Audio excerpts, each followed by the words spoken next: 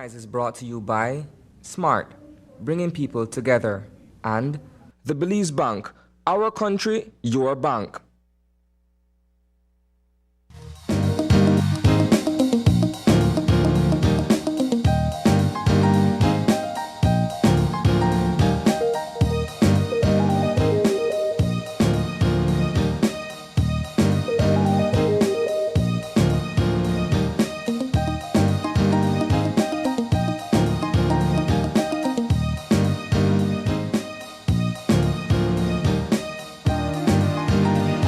Good morning and welcome to Open Your Eyes. Start your morning right. I'm Sabrina Daly. And I'm Paul Lopez. And good morning, Paul. Good morning. How are you doing? I'm doing fine. It's a lovely Tuesday morning. It is. It's a little bit gloomy outside, I have to admit. I know a lot of us were hoping for the sun to stay out yesterday, but we did experience a downpour last night into this morning. Nonetheless, though, we do have to get going regardless. So for all of you guys, wherever you are at this time, whether you're at home or you're already at work tuning in with us, thank you so much for joining us and, of course, starting your morning right.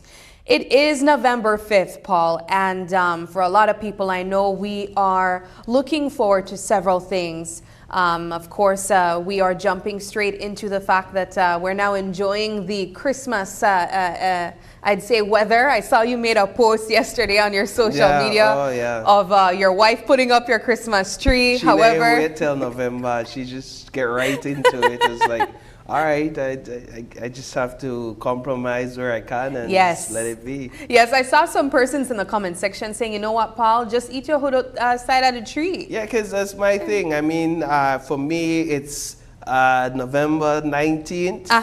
And then we could talk Christmas. Growing up, Christmas tree never set up in my house until last week in November, first week in December. Yeah, that's usually how it is. So with my wife now, I have to get accustomed to 3 months of Christmas tree. It's like October, November. 4 months. October, how festive that would be, though. I love that for you. January, that's a quarter of the year. So I love that. I won't even tell you how long I've had my tree up before. Or you didn't even take it down 1 year, I'd imagine.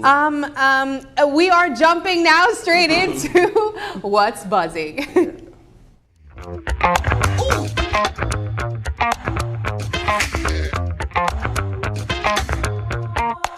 All right, as we mentioned, it is November 5th, and for a lot of people currently, they are going to be glued to their devices if they are currently in Belize, I imagine, but also persons in the diaspora who share dual citizenship of being an American as well as Belizean. I know that today will be a historical day for America. Of course, today marks the date of the presidential elections. We are about to witness potential history be made. Of course, though, Paul, this has been quite historical because of the nature leading up to this point. We observed, of course, the running mate, which would have been the current president of the United States, Joe Biden, essentially take a step down and allow the Vice President of the United States, Kamala Harris, to take the lead in becoming the potential president of the United States.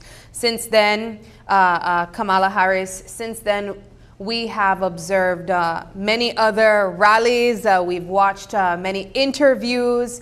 And I know that a lot of people are going to be they're going to be biting their nails leading up to, I'd say, tonight, which I don't even think we're going to find out tonight who the official winner will be. Yeah, I think because of what is projected in terms of the voters' turnout, we may not be seeing final results tonight. We may have to wait until tomorrow or Friday tomorrow is Wednesday or Thursday, maybe even into Friday to get an idea. But as of this morning, what you're seeing there is queues at most locations across the U.S. With voters in line ready to cast their ballots. Interestingly, that as of this morning, the early voters turnout, because the U.S. has a system where you could go and cast your ballots early, and I have some friends in the U.S., in fact, a couple family members that from yesterday, the day before, they had been posting their I voted sticker. As of this morning, 80 million Americans had already shown out to cast their ballots. That's almost 50% of the amount of voters that turned out at the last election when Joe Biden was elected President of the United States. So that's a huge turnout. One of the questions that individuals might ask is, why should Belizeans be interested in what happens in the U.S.? Well, first and foremost, they are one of the most influential nations in the U.S. In the world. Financially, trade-wise, policy-wise. Belize has strong relations with the U.S. And when you look at some of the policies that these candidates are pushing, there's implications for Belize when you look at certain economic policies that Trump is pushing, for example, where he considers issues on trade and he considers increasing tariffs or taxes for importations into the U.S. His whole mantra or idea is America first. Let's manufacture here and use what we have here, and everything from outside that's imported foreign must be taxed heavily so that we encourage America first. When you look at certain policies on immigration, you talk about Belizeans, well, I got through the back. You talk about illegal migration. Well, again, perhaps I'm spending a lot of time on Trump, but he's been speaking about crackdowns on illegal immigration. He's been talking about if he wins, you'll see one of the largest immigration crackdowns in U.S. history. That has a lot of illegal immigrants concerned, even Belizeans, about, all right, what my status will be. Will I be deported back home? Will I lose all the progress I've made in trying to get my documents and legitimize myself in the U.S.? And then I know that Belize also, as a sort of Christian nation per se, as is stated in our constitution at least, there are certain policies that some of us as in Belize may not agree with, where Kamala is concerned when it comes to abortion, etc., etc.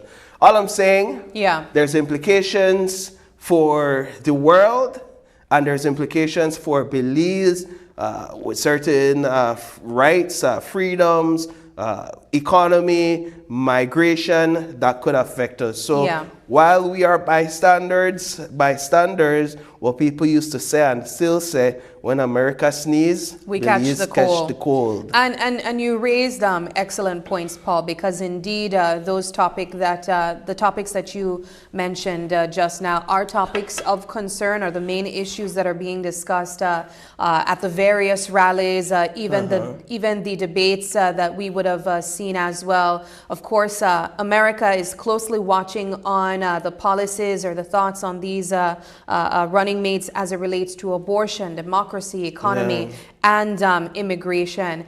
And you're right, we've heard points from Donald Trump on what his intentions are, or what things that he would do should he become the president of the United States. But we also heard from Kamala Harris on what their intentions are as it relates to abortion. She spoke highly of the freedom of choice, where women are concerned. Of course, economy, the things that are of concern to them has to do with price gouging, ways that they can crack down on that. Of course, providing more domestic jobs as well.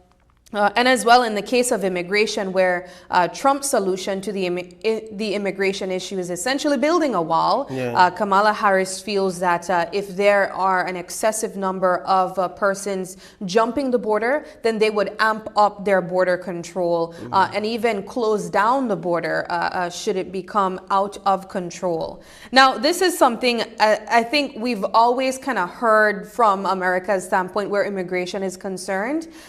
So whenever the elections are coming about, we always listen to hear what are the thoughts on that. We've heard some outrageous statements from, of course, Donald Trump, where immigrants are concerned as well. They're eating the dogs? They're eating the dogs. They're eating the cats. They're eating the pets. And I know it's funny. I think a lot of the times when we hear these things, we can't help but kind of cringe laugh because of how outrageous it is. But some of the concerns coming from persons are the way that there seems to be a racial divide so strongly in the United States. And we can see that in the way that Donald Trump describes certain people and scenarios. So I'm really hoping that ultimately whoever goes out to vote today makes that decision based on values, makes that decision based on the conversations they've heard, the interviews they've heard. And it seems to be the case. One of the things that I personally admire about I'd say the United States in general around election time is you see a lot of different opinions, and people are trying to make their vote based on these informed decisions. They listen very keenly to these interviews. They listen very keenly to the presentations at these rallies, and that's something that I hope that we would catch that type of flu here in Belize, because I know we still tend to have that loyalist, that blind loyal following. But ultimately, that vote has to be made. I think what's also interesting for us to note is that it's not only Kamala and Donald Trump candidates that will be putting themselves out there. There's also Chase Oliver from the Libertarian Party, Jill Steen, as well as Cornel West. So they're also putting their hats in the ring, and we're going to see what takes place. Yeah, generally, historically, these what we would refer to third-party candidates don't necessarily amass a large percentage of support. What I think we could also take away from the U.S.'s election process is the move to include additional issues on the ballot. So, for example, in Florida and several other states, abortion is one of those issues on the ballot. And marijuana legalization is another one of those issues on the ballot. We have a general elections coming up. Perhaps we could begin to consider seriously as a nation what are a couple of the other issues, pressing matters that we want to have the people decide on, because until then, after that, we'll have to wait for another 5 years, whether it's the issue of marijuana, whether it's a constitutional issue that we feel like the PCC process is prolonging. This is another thing we can adapt from the U.S. Anyways, the U.S. elections is today, and after polls are closed later this evening, we'll begin to see those results come in, and I know a lot of people will stay up late into tonight and into the morning to be the first to get those results. Yeah, all right. And of course, when that does come about, we will be providing that to you guys as well. Moving though into our second topic of discussion. Now this one, Paul, I think took a lot of us by surprise. I saw you also posting about it. Of course, yesterday we highlighted the winner of Mega Bingo who walked away with $600,000. Yeah. But of course, the Belize Government Lotteries Limited said, wait, there's more. Of course, that's two different companies. Yeah, correct. But an announcement was made yesterday of a 1 in a million anniversary jackpot. Now, I'm not sure how this will exactly work. I understand you have to pick a sequence of numbers, but this is an opportunity for persons to partake in a chance to win $1 million, and this is the government's way of giving back, announcing a celebration of their 1-year anniversary of being the government lotteries. So, Paul. Yeah, the Belize Lotteries, Belize Government Lotteries Limited is our Regis Philman. Who wants to be a millionaire? You remember that show? Right? We Belizeans definitely want to be millionaires, right? I want to be a millionaire. Yes. So bad, right? And the government of Belize said, we've heard your cries, we've heard you singing the song, we know you need money, so here what? We don't want to raffle or cake, we don't play tambola, yeah?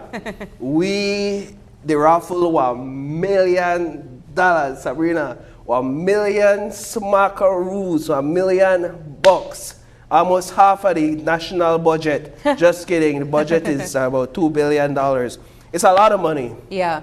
And we reported earlier this year, some months back, that the Polito made tens of millions of dollars in its year since it was established. So they could spare a bill. So basically, this is them saying, we've made so much, we've debunked the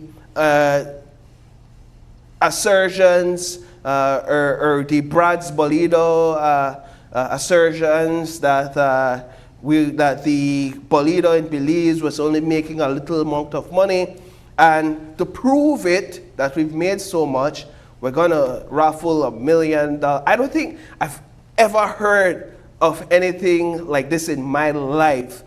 I don't think my parents or my grandparents have ever heard of anything like this in their lives, where the government of Belize has said we are raffle $1 million, right? Yeah. And so it's a huge deal.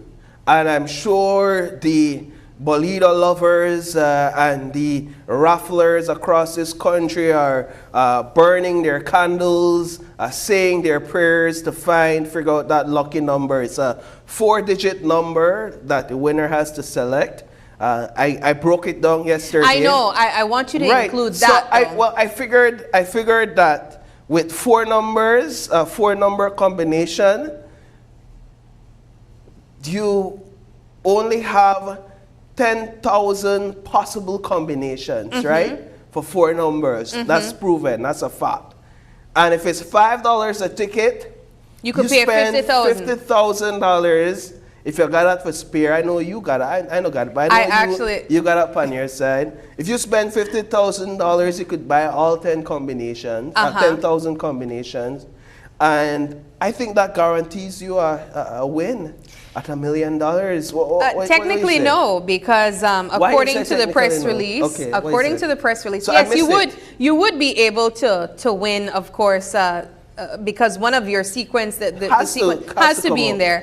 But you can have more than one winners. So that's the catch. Of course, say 10,000 persons decide to pay their $5 and you know, 100 out of them got that sequence correct. You would have to split that $1 million with them. So I'm not sure that it might be a profit.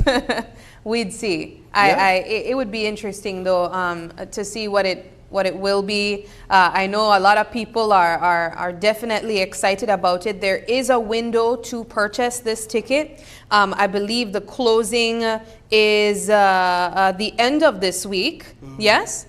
And the drawing date is December 21st, so just in time for Christmas. Okay, so the tickets are available. What does it say about the... So the tickets will become available on Monday, November 4th, which was yesterday. Oh, really? And can be purchased from any BGLL subagent countrywide. Tickets will end on Friday, December 20th. Yeah, that way down so. Yeah, way down so. Yes, and the drawing date is the 21st. And here's why, just I'm a bit torn. Which is crazy if you think about the amount of tickets people will be purchasing. There has to be more than one winner. Well, not only that, but you could almost imagine that they will make back, if not all, a large percentage of what's being given out. So it's another opportunity for the Belize Lotteries Government Lotteries Limited to come up big again, though that's just a natural course because you have to buy the ticket. So you're going to come up versus Bolida, you could spend 50 cents, you could spend $1, and you could win something. Here now, this is a $5 fixed price.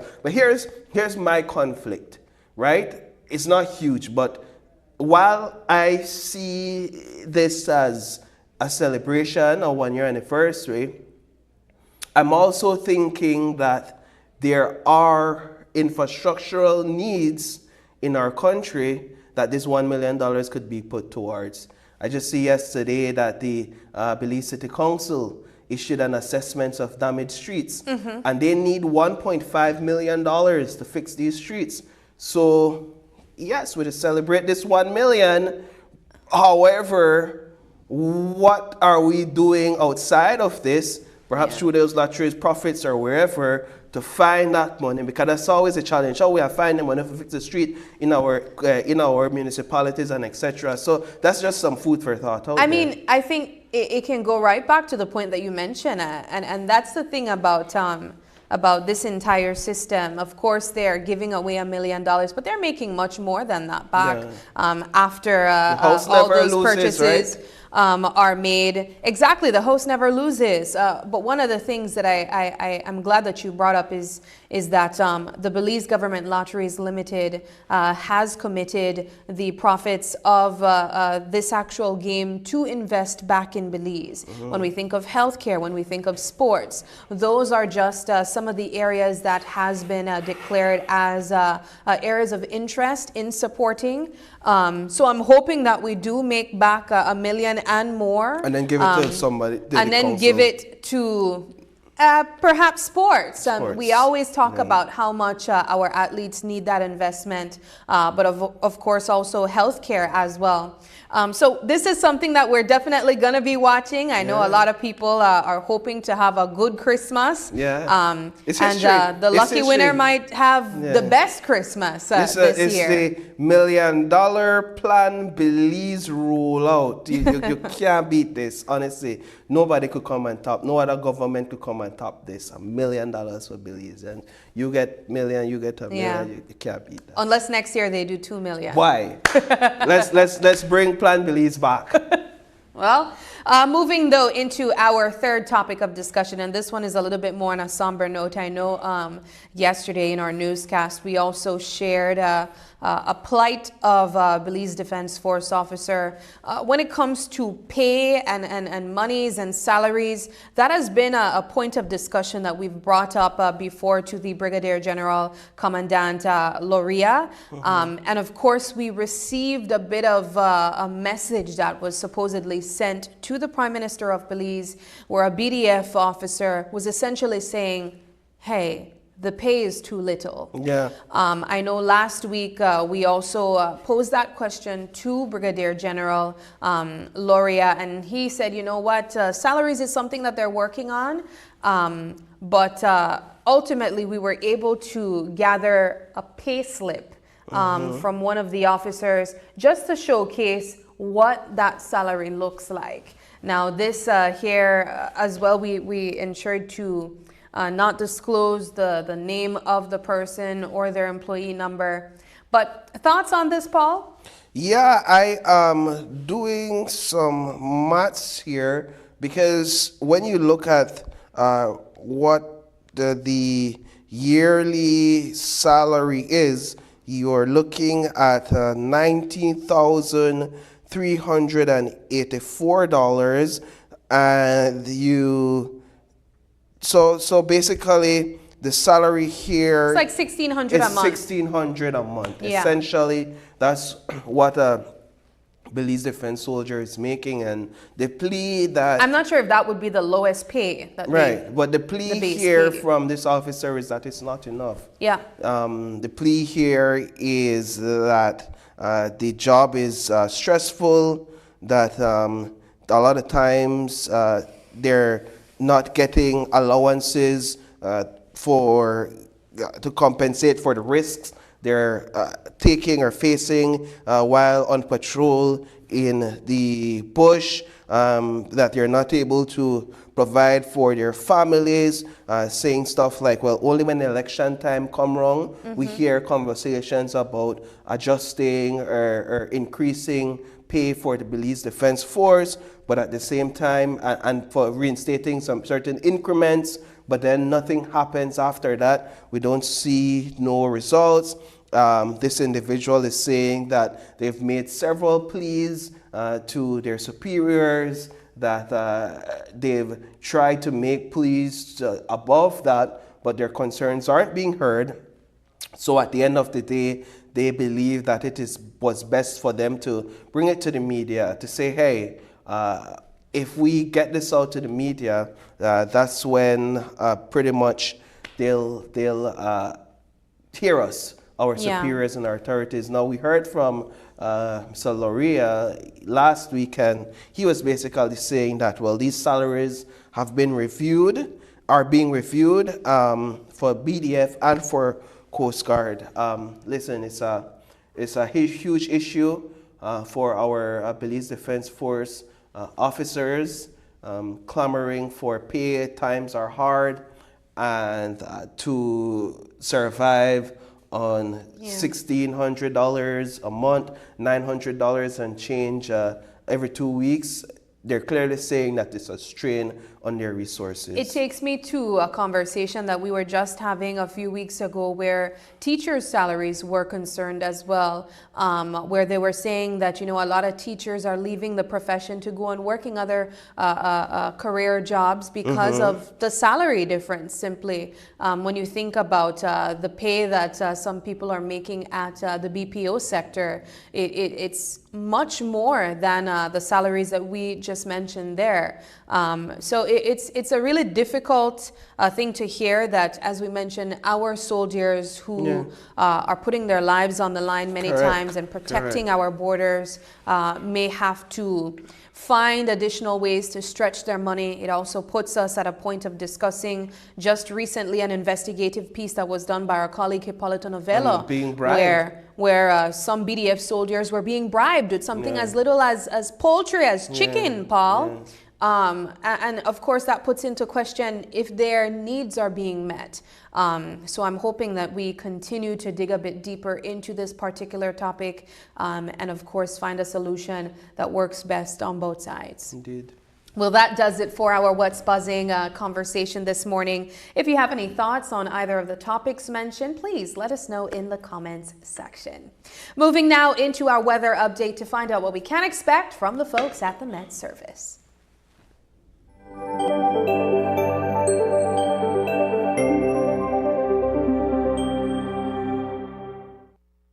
Good morning. Mainly fair weather will prevail. Skies will be mostly sunny today and partly cloudy tonight, with showers or thunderstorms being isolated, mainly along the coast. In the outlook for Wednesday and Wednesday night is for fair weather with only isolated showers or thunderstorms. The winds along the coast and over the open sea will blow from the east and northeast at 5 to 15 knots, and the sea state will be chopping. There will be a low tide at 6:40 this morning, followed by a high tide at 1 p.m. this afternoon, and another low tide at 5:34 this evening. High temperatures this afternoon will peak near 77 degrees Fahrenheit in the Maya Mountains, 88 along the coast, and 92 inland. Tonight's low temperatures will be 66 degrees Fahrenheit in the Maya Mountains, 72 inland, and 77 along the coast. The moon will rise at 9:31 this morning, and the sun will set at 5:19 this evening. In the sargassum forecast, sargassum impacts are expected to remain minimal for the next 2 weeks.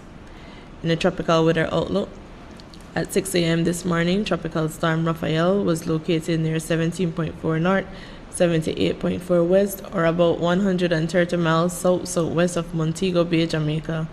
Raphael was moving to the northwest at 30 miles per hour, with maximum sustained winds of 60 miles per hour. Elsewhere in the North Atlantic and the Caribbean Sea, tropical cyclone formation is not expected during the next 48 hours. And this concludes this morning's weather report prepared by the National Meteorological Service. All right, that does it for our weather. Moving now into our show lineup, we have a jam-packed show for you guys this morning. In our first segment, we'll be joined by Pathlight to speak about the long-lasting effects of poorly supervised children. And in our second segment, we'll hear from our friends over at Fultec on their exciting new collaborations and services. And in our third conversation, it's all about Arana's consultancy and their Pee Wee basketball group. And then finally, last but certainly not least, we'll learn more about the Cancer Society's fashion show fundraiser called Flavors of the Jewel. Looking forward to that. Well, we got to take our first break, and when we come back, we'll be shining a light on the long-lasting effects of neglect. Stay with us. We'll be right back.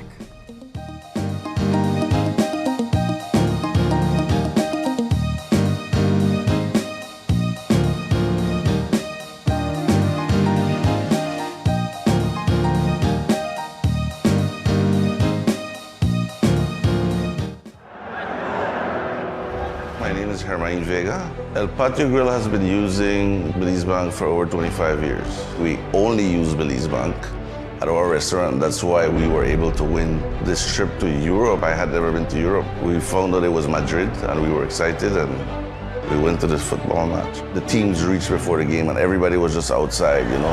You can't explain, the noise just roared like 3 blocks down the street, but when you got in there and you saw 70,000 people in there, that was amazing. I couldn't believe it was happening. I had to pinch myself to make sure it was real, you know, because it's a one-in-a-lifetime experience, I'd say. My lucky plus one was my son. He's 18 years old, so he was really excited and he enjoyed it as well. He said it's his best trip ever, so it's a priceless experience that we got. Belize Bank has always been there for me. Whatever transactions or whatever I need to do, they're always there for me. I would recommend everybody to use Belize Bank. It's the oldest bank in our country and they continue to do their best.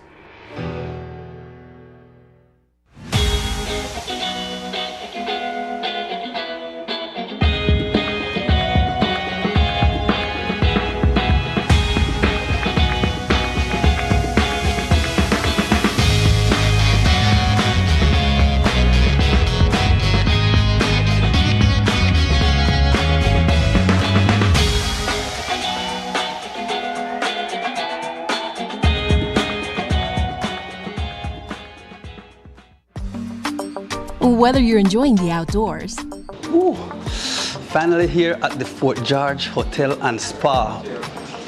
This is nice. or stuck in the office. How can I help you today? When it comes to finding the perfect frames and lens for your eyes, what you do makes all the difference. Elevate your eye vision. Choose eyewear that reflects your lifestyle. Quartz Optical. Value you can see.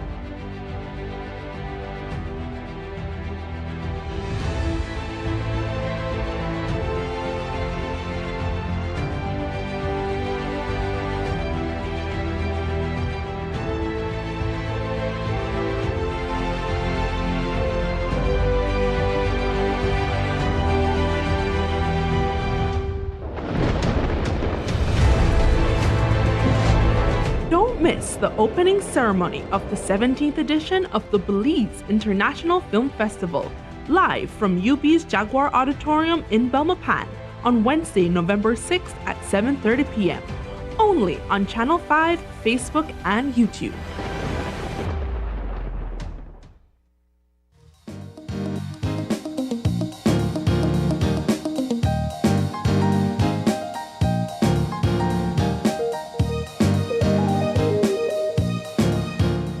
Welcome back to Open Your Eyes. We are jumping into our first conversation this morning, and it's all about shining a light on the long-lasting effects of neglect where children are concerned. This morning, we are joined by Consuelo Godfrey, and she is the director of a teacher training program. Good morning, Miss Godfrey, and welcome back. Yes. It was just about a few days ago we had you here. Yes, we were here promoting Martian Greenhouse. Yes. And today we're talking about children. Yes. Yes, equally of importance. I know you work very closely with youth. But of course also teachers as well. Now this topic, I think it's pretty broad, so there are so many areas that we can look at. But perhaps we can begin first with your observation that you have made where neglect is concerned with children here in Belize. Yes, thank you so much for having me. Certainly when it comes to child safety and the protection system in Belize, a lot of milestones have been made in terms of putting in proper reforms and policies and laws and rules. The car of 20, the idea that agencies like UNICEF and UNESCO are really working with Belize in order to get our children safer is really phenomenal. However, there's still a lot of work that has to be done. You'll see that with recent cases of tragic accidents, children dying because either they were not well taken care of, or for some reason they're, in the case of the motorcycle incident, they were the parent, unfortunately had them on the cycle, and the child was thrust into his or her death. The issue is neglect is such a wide spectrum, and it's not an area of abuse that's spoken about a lot. Yeah, because we oftentimes think of more extreme situations to associate neglect with. Yes, the issue with neglect, though, that I think is so important is that it's a progress along the way. So you find that as a teacher, and I'm just using my experience as an educator, you'll find that in the classroom you will notice things about children. Maybe they're not kept well, their uniform isn't well kept, they are always hungry, they are always sleepy, they are always coming to you with some kind of need. And sometimes you'll find children who are often neglected, they tend to attach themselves to teachers that they find are safe people. And neglect isn't often recognized like physical abuse, same as emotional and sexual abuse, not often recognized. So the identifiers are not very common to the naked eye. However, what you will find is that students who keep looking, especially those that have learning deficiencies, a lot of times it's not because a lot of times you want to say that they're students with disabilities or they have a learning deficiency. It's really because they've been neglected at home. They're not provided the nutrients at home. Some children just walk out of the house with just bread and water. How do you tie into neglect the socioeconomic challenges that a lot of families face? It's a reality that a lot of us outside of some of these communities and these households are unable to relate to it. So it's easy to say this child is being neglected, for example, because he or she isn't being fed, or his or her clothing isn't being kept for him or her to go to school dressed properly or clean, or hair not groomed.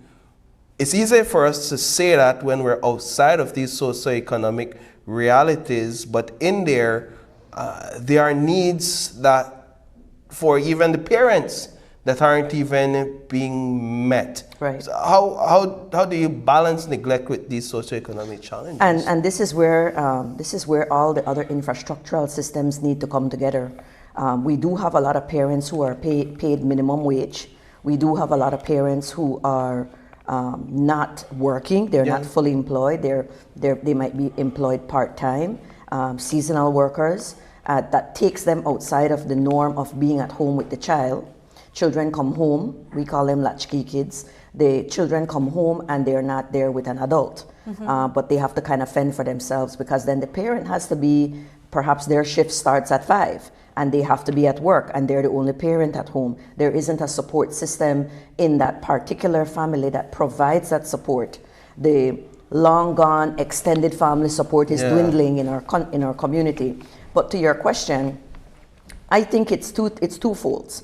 The systems that surround and the infrastructure that helps parents and promotes and supports the work that parents have to do with children. It is really the old adage saying, it takes a village to raise a child. So while the child is there and there is a responsibility on the parent or the guardian to ensure that the child is well taken care of, right?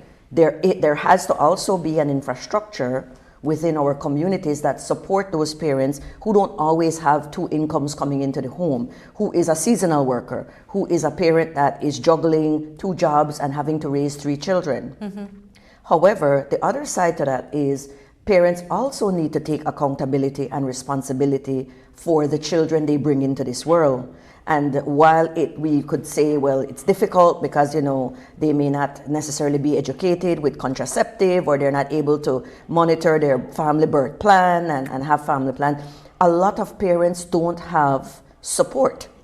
And I find that even in our education system, I know UNICEF and Pathlight teamed up together recently over the last few years, and we provided training to teachers in looking for these indicators in the classroom: neglect, physical abuse, emotional abuse, verbal abuse, these types of things that children would come and say, "Miss," and they would tell the teacher. Then what does the teacher do when that comes to the teacher's attention? We provided training in allowing teachers to understand the reporting mechanism and the protocols and procedures that need to be in place in order for them to be champions for these children. Because the teacher is a part of that village. Yeah. The media is also a part of that village. And so when we put children on the news and we say names and we're not taking those safety precautions, that is also something to think about. That hinders the safety of that child.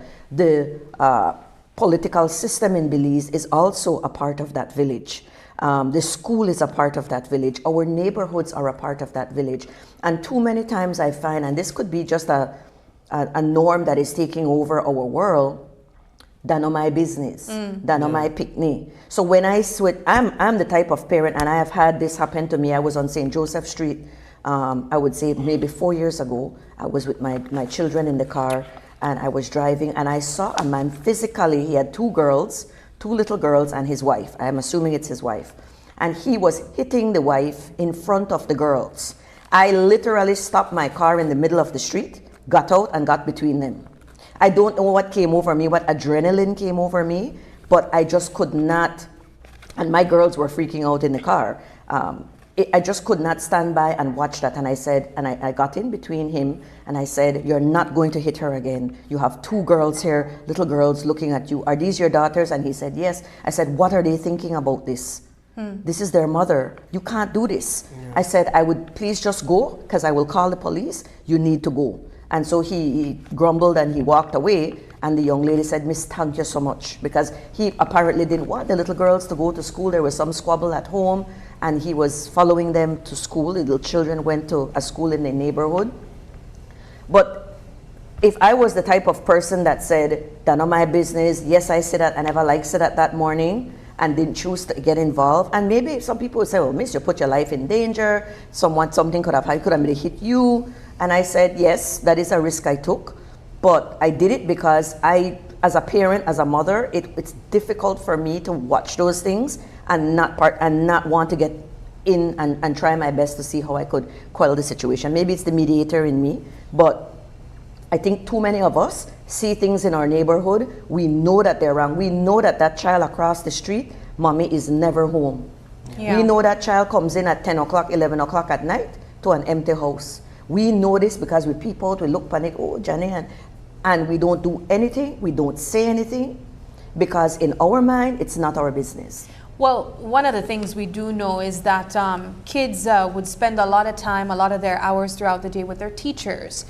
So they are able to develop a deeper relationship than the neighbor who simply sees them passing by would be. In the case of educators, what is the protocol that should take place if they believe in any form that a child might be victim of any form of abuse, neglect, sexual, physical, emotional? First, physical abuse, if it's something that the teacher can notice in places where the uniform isn't covering, like burns on the hands, marks on the legs, because a teacher the protocol is that a teacher can't take a student in the bathroom to check the student's body. That's just not allowed. And that's not something that is safe either. So if a teacher notices that Johnny comes to school and he has cigarette burns on his hands. I've had when I was an elementary teacher, a primary school teacher, there was a child that came to my class, that was in my class. He was I would say no more than 6 years old. At the time I was doing reading for Infant 1. He had burn marks you could see the cigarette marks on each one of his fingers. And immediately I knew he was being physically abused at home. His dad was a smoker. And so one of the things we encourage teachers is you need to be vigilant. Students will, if they trust you, they will talk to you. And you're not forcing them, so you're not asking them direct questions. You may actually have them draw a picture, or you might ask open-ended questions that allow them to kind of feel safe in talking to you.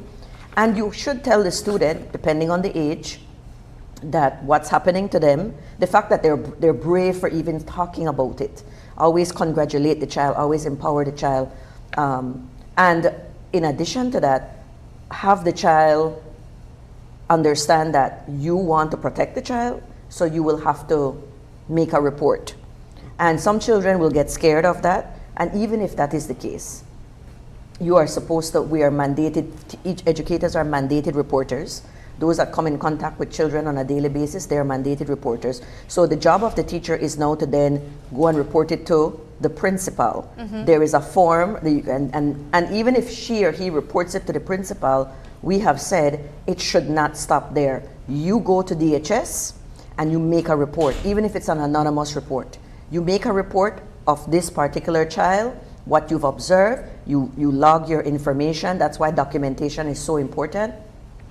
If it means you produce the drawing or the little writing that the child has made and the child gives you permission to share that, you share that with DHS, and then DHS takes it from there. And then there are two sets of assessment system that happens. If it's sexual abuse, physical abuse, where there's deep physical harm to the child, it becomes criminal. There's criminal aspects to that, right? So then the police is involved. So there's a system that the police has to follow in order to look at that matter and assess if abuse did take place.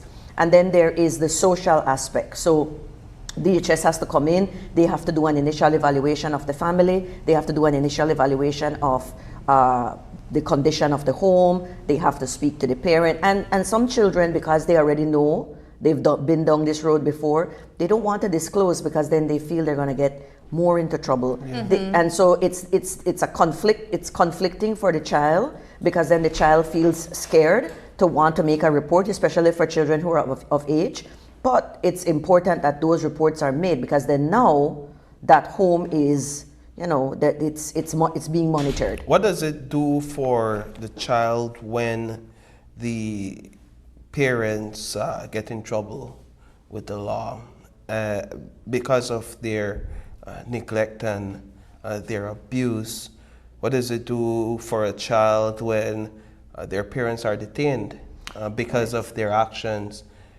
Wouldn't some argue that it's a bit counterproductive when the parent essentially is removed from the child, or the child is removed from his parents or her parents? Right. So with like I said, there are two assessment systems. If it happens that the child either has to be removed from the home because there's danger to the child's life, or the parents have to be taken away from the home because they pose a danger to the remainder of the family members that are there, then the ultimate goal is that the child is being taken care of family members. So they will probably find the next available family member, if it's an aunt, an uncle that's safe, to have the child temporarily stay with that family. If it's indeed the case where you may have instances where the child has no immediate family, there is no family support. This is where it takes a village, right?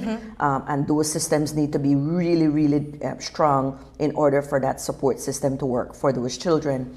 Then the children go into temporarily foster care, and then they end up in the foster care system. And we know that the foster care system, as much as the milestones have been reached in trying to make that system more efficient and more safe for children, There's a lot that still needs to be done. The daycare system, the system of childcare, where you get a license to care for children, really needs to be revisited, because there's a lot of unfortunate situations where there is a daycare, someone decides they want to babysit for a few children under their, in their house, a room in their home, and they may have the physical space to have the children there. However, they are not equipped, or they may not be fully trained to do proper caregiving within that system there. And as we saw in a recent unfortunate tragic incident, parents don't often have the finances to go to those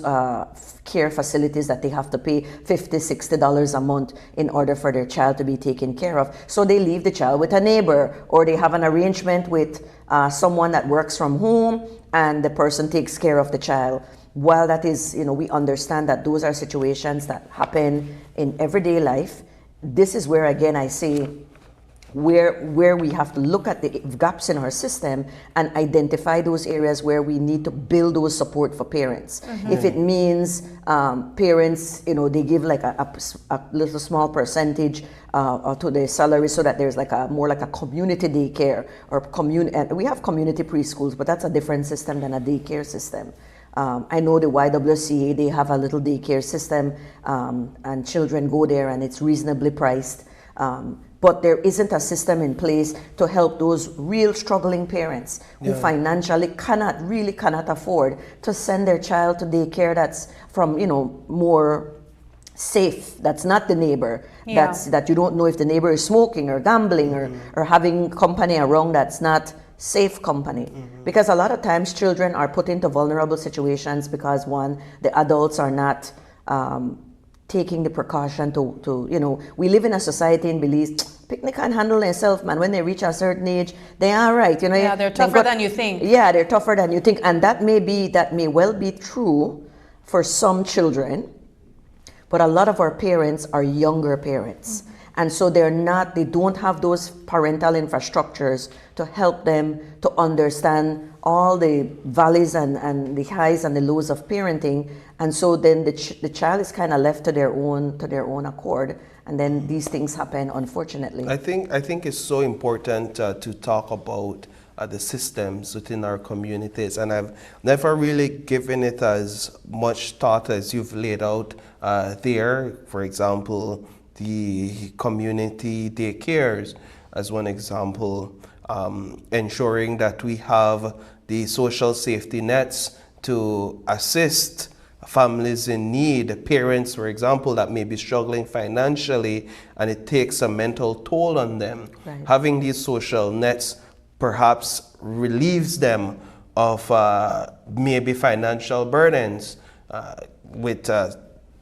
because you have systems that assist with groceries, for example. So that takes one thing off of them and gives them more time to really care and be with their children.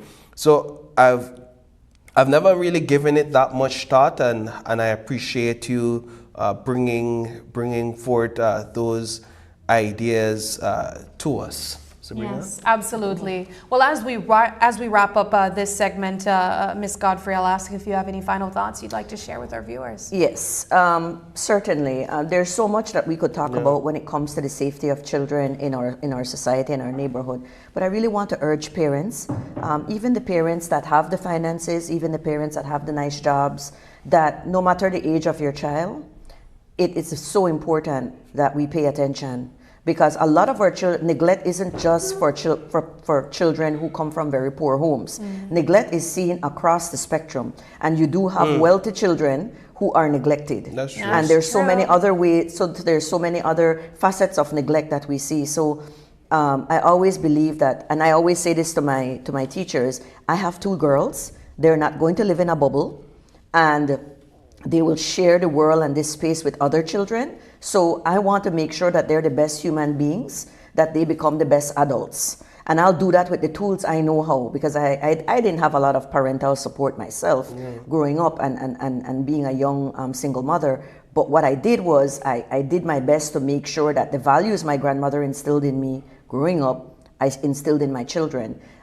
No parent is perfect. No child comes with an operations manual to say this is how you raise the child. These are the things you must not do. But as we move into this world, you have to think about your child as someone that will be working with other children, are going to be it could be possibly your neighbor's boss, it could be your co-worker's husband in the future. So you have to understand that your children will not live in a bubble. Yeah. So what kind of citizens are you raising? Are you raising them to be great citizens, or are you raising them just to think about themselves? Because no one lives in a bubble. So we have to make sure that we are fostering and developing, nurturing those values in our children, that they're kind, they're empathetic, they're thoughtful, they're visionary, they're innovative, they think for themselves. And those things come with time and a lot of great parental support. Always a pleasure having you here, Ms. Godfrey, and we hope to have you back very soon. Yes, thank you so much. Thank you so much. All right, we'll take a quick break now, and when we come back, we'll be joined by Fultec. They're going to be talking about new collaborations and services.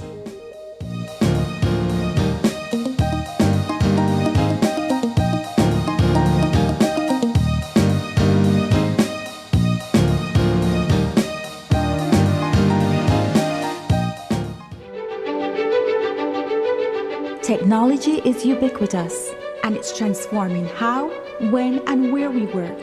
Fultec Systems is placing award-winning devices in the hands of information workers, allowing them to work without compromise in a world without wires, to innovate, create, and to maximize productivity anytime, anywhere, satisfying the needs of the desk-centric remote and field worker and every other worker in between. We are providing the industry's best devices to businesses going through the process of digital transformation. Partner with us today to provide the solutions that will allow your employees to work effectively and efficiently to enhance your customers' experience.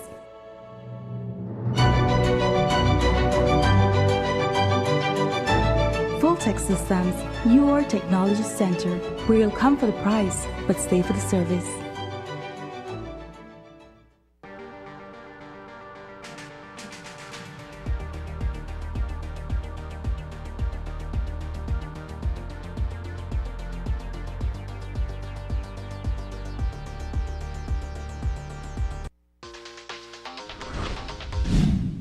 I'm connected. Yo. I'm connected. We're connected. Create the perfect broadband bundle that fits your style with Smart Connect. With the Junior Bundle, get 50% off your national calls and up to 6 gigabytes of data at no extra cost. Get postpaid added on for an additional cost of only $25 with the Prime Bundle. Stay connected with unlimited smart-to-smart calls, plus 6,300 megabytes of data and free international minutes. For the family, get the Binge Watchers bundle with Netflix add-on for only $28.13 more. This bundle gives you 4 profiles with unlimited streaming on multiple devices. Visit a showroom near you to sign up and personalize your own bundle combination with Smart Connect. Smart, bringing people together. Every journey begins with a choice. The choice to be safe or to risk it all. But riding without a helmet doubles the risk of head injury. Wearing a helmet acts like a shield, protecting your head and your future. Helmets reduce the risk of head injury by 69%. Wearing a motorcycle helmet can help reduce the risk of death by 1/3 in a collision. Everyone deserves protection at every age. Protect yourself, protect your family. Wear a helmet every time. It can save your life. This message is from the Second Road Safety Project.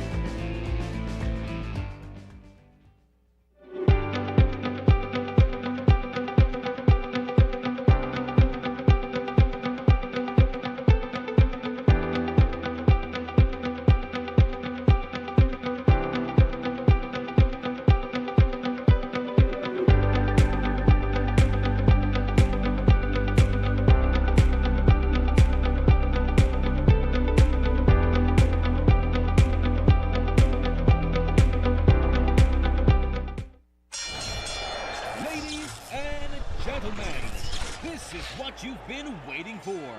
In this corner, we have the masters of limitless power and unbeatable connections. Pioneers of 4G LTE in Belize. It's the undefeated champion, Smart. And in the other corner, struggling to keep up, it's the other guy. Fight!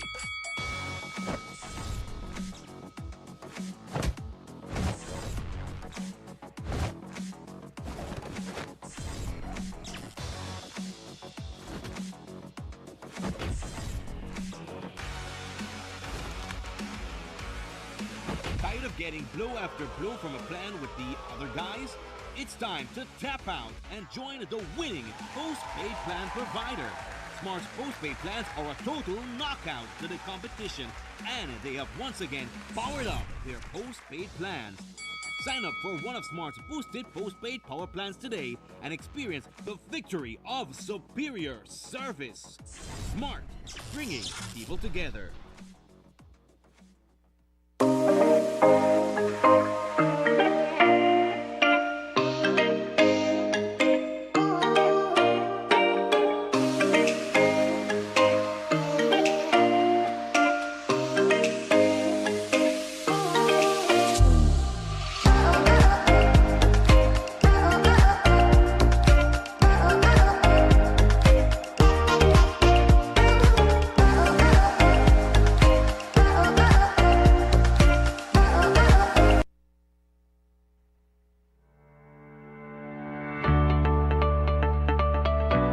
Take control with My Social Security, your secure online account to manage all your Social Security information. To create a My Social Security account, you must be 14 years or older and have a valid email address. Visit the My Social Security self-service portal at ssbportal.org.bz. Click on Create Account. Enter your date of birth and phone number. Next, verify your email address to continue.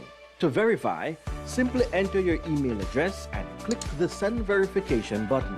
Enter the verification code sent to your email inbox to proceed. Next, create a password that meets the requirements.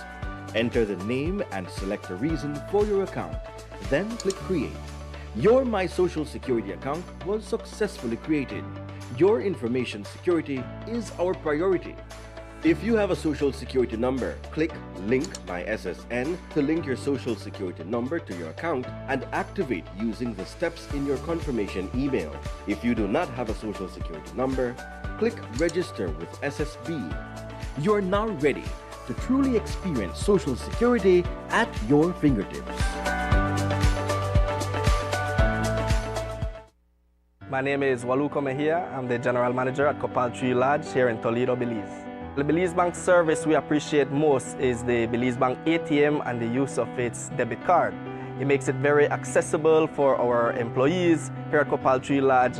Essentially, they could access the ATM on their way home after work, and also that the local stores accept the use of a debit card.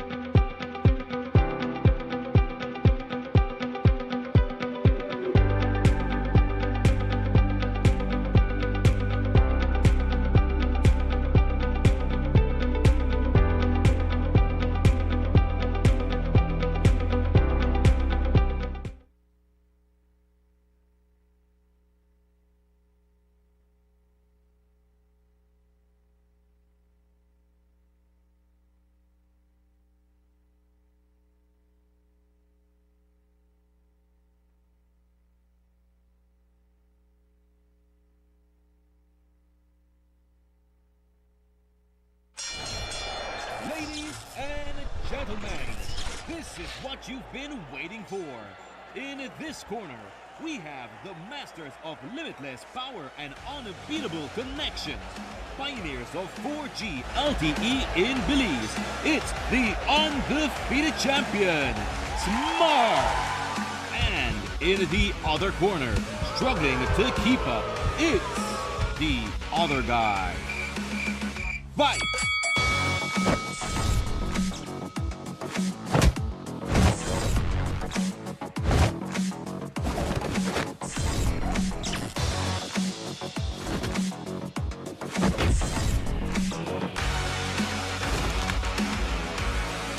Tired of getting blow after blow from a plan with the other guys?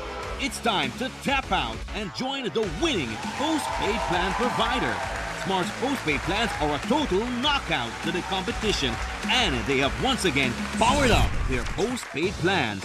Sign up for one of Smart's boosted postpaid power plans today and experience the victory of superior service. Smart, bringing people together.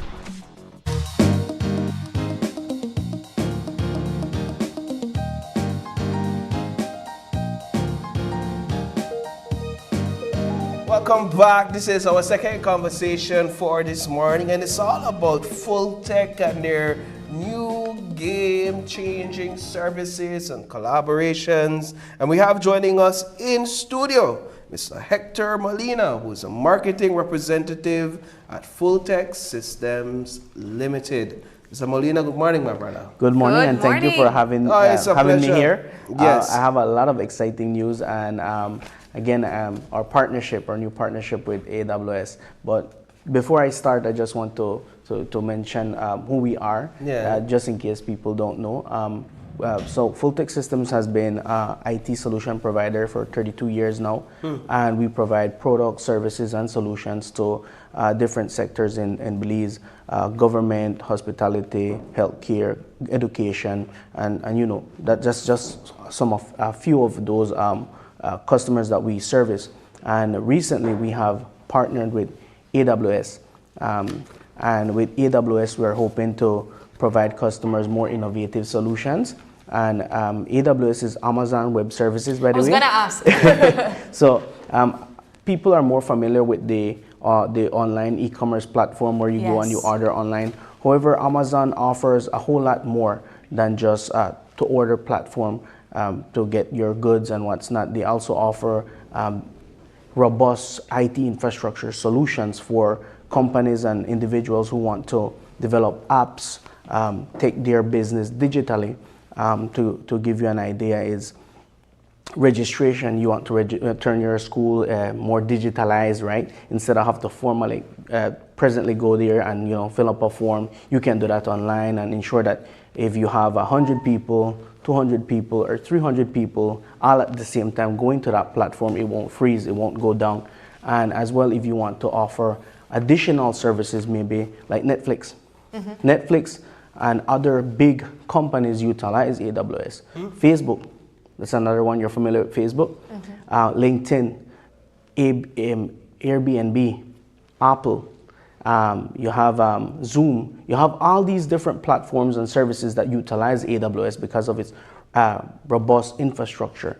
And the benefits of AWS is that if you're opening a business or you have a business and you want to grow your business and you don't have the monies to invest on the infrastructure to carry on those services, you could pay for the hardware without or the computing power without having the physical hardware in your building. And right? then how do you get that to operate if you're not paying for the hardware? Like, how does that work? How that works is you're getting the compute services, storage, and networking and all these different technologies online through the internet, correct? And again, it's not just to get hardware infrastructure, but also there's different services.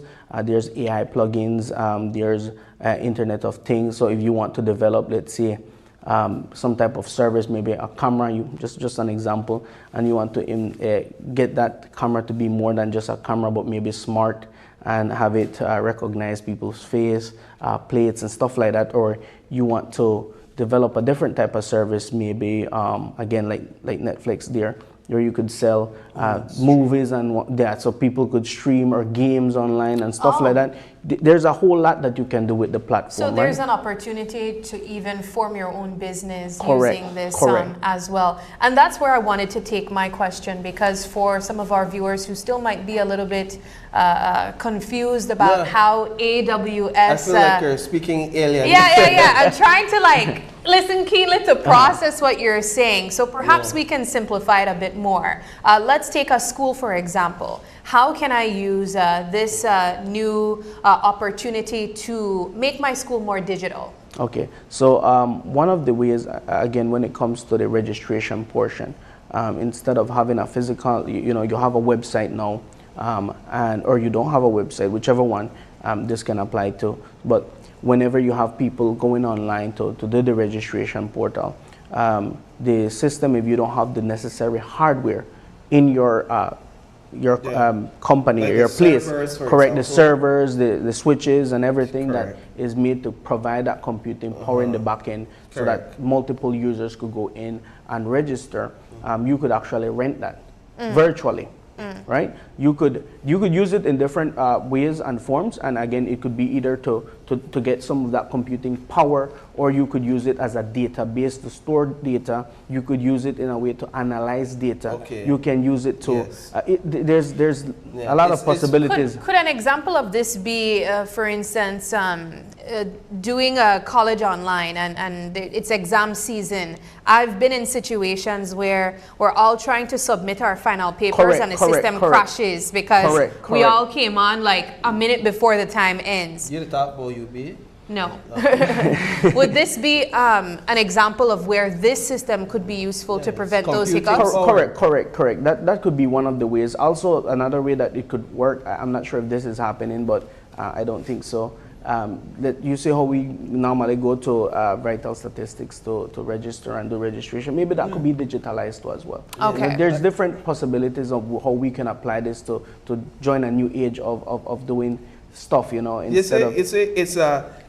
It's very techy, if I may, but a lot of what a lot of people don't realize is that a lot of what we do today requires computing power. Correct. You need the hardware to for example, Netflix. Yeah. Correct. You need the hardware to process, to store all these accounts, to store all and these all the users movies, watching simultaneously. all the users watching simultaneously. That doesn't just happen. And we don't think of that. We just go on Netflix and say, banks, okay, I want to watch this new episode. You think about banks. Think about here at Channel 5 and our network. You need all that computing power to process all these files that we have and data. You need that, right? And you have other technologies behind it. So it's not necessarily just to, like for example, Netflix, your Facebook, and I mentioned those from the beginning, so people could actually relate to what type of services you can offer. A lot of technologies behind it do like AI, machine learning, to personalize your experience too as well. Because when you go into Netflix, then it gives you recommendation.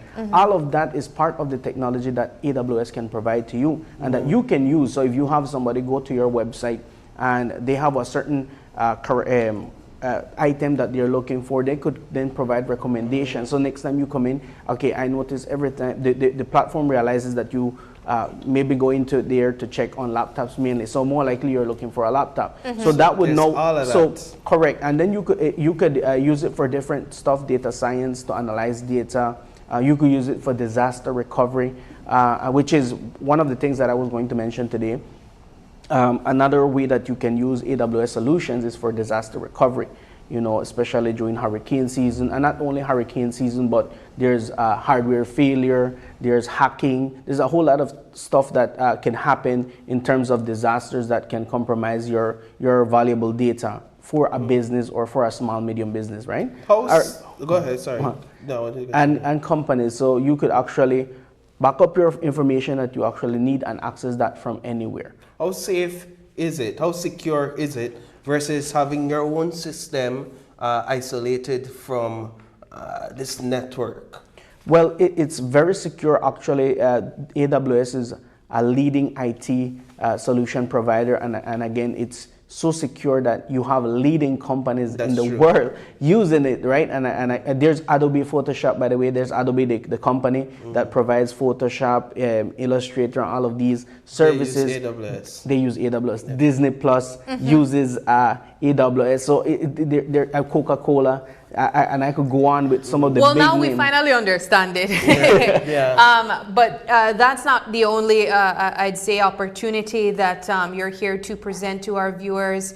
There's also many other devices that people can take advantage of, deals that are available there. Let's talk about that. Correct. But for now, I just came with one message to actually give, and which is, again, the AWS, and as well mention that we have a seminar for tomorrow, and this is again in regards to AWS and disaster recovery, and we have a professional from AWS coming in, an engineer, and he's here to provide insight on how to protect your data, how during disaster recovery, how to ensure you have business continuity during those situations. And the seminar is actually free, and it's for IT administrators, IT managers. And if you want to join, you can just WhatsApp me at 610-1260. We have a limited space though. So if you want to be a part of that and you fit the criteria, then you could just message me, and then we could let you know if you are able to join us or not, okay? Yeah, one of the interesting things you brought up with the AWS has to do with for example, cameras as an example. The fact that you could, through this system, use facial recognition do a lot of cameras. Correct. You could do a lot of. You could turn a lot of regular devices smart. You could look at creative people to create creative solutions, right? Again, all of that is AI powered or is powered by some type of infrastructure, and that is just one of the things that I use because nowadays the smart cameras are becoming more smart, and all of that requires an infrastructure to do all of that back-end portion, right? What size of businesses or projects would need AWS? Or it caters for small, large? Because you think Netflix and Facebook, these are huge companies. I went with those just to give a little idea of the solutions. However, it caters to from small to big businesses. And again, it's if you want to open, let's say maybe a small business like I don't know, a clothing store or what's not, and you just don't have the infrastructure, but you want your system to be secure. Maybe you want to have again a website where people could go and purchase online and stuff like that. Then and again, you don't have the investment to do your own infrastructure. To do your own infrastructure and as well do the maintenance, because you have to be some type of tech person, right? Versus you can now purchase these services, the computing power, the networking power, and all the different benefits that you can get and you could get from us, and just pay for it and pay as you grow to as well, because it's not going to be, maybe you could start your business with 10 people going on your website, maybe 20 people going on your website, and more and more and more and more, and then you just pay as you grow, right? Who has access to the information that your business stores when you sign up with AWS through Fultec? Okay, so this is actually you who own this information. It's placed on a personal database. I can't give you more information because I'm not that technical in terms of the whole topic. But he could come out tomorrow. But you could come if you're able to join us in the event tomorrow, the guy joining us, Mr. Karen, he's very technical. He's more versed in terms of the topic. I'm not that versed within that topic. I just know that. Will prices be discussed in this conversation? If it's cheaper to go this route versus developing your own infrastructure. Correct. It's way cheaper again, and unlike investing for to give you an idea, let's say maybe a server could be anywhere about $5,000 to $25,000. I mean, there's a server could be quite expensive, right?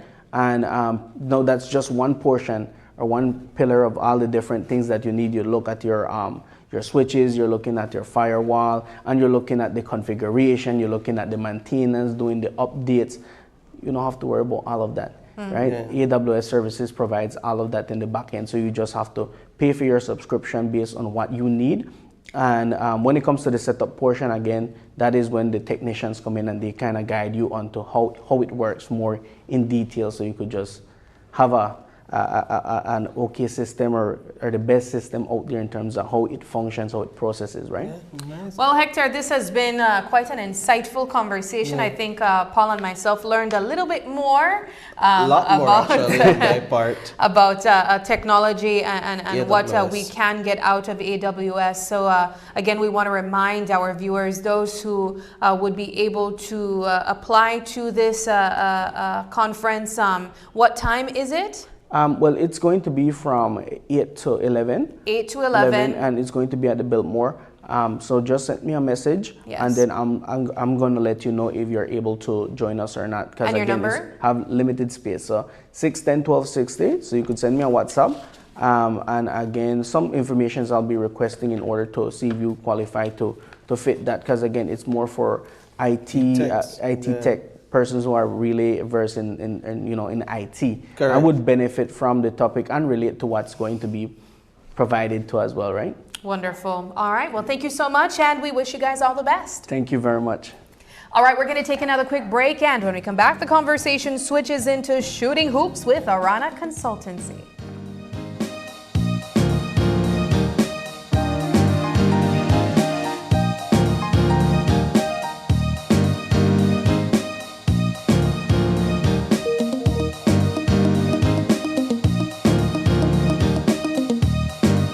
And I'm a teacher, and I bank with Belize Bank Independence Branch. What I enjoy is the safety features that the app offers. I have a sense of not having to worry or be concerned about somebody finding my password and username to sign in the application because of the use of the one-time password. And another feature that I love, that I use the most, is how the app synchronizes with my fingerprint on my device. I enjoy the rapid and easy, seamless process to apply for loans through the Belize Bank, and I don't have to be having too much back and forth to visit or take time to visit the bank. They also start to offer the online applications through the app for loan applications, which I believe is very neat. I would definitely recommend Belize Bank to other teachers because one of all the features and advantages that the app offer with these online that Belize Bank offered is basically everything that you can do in the palm of your hand. So I would definitely recommend the bank to other teachers.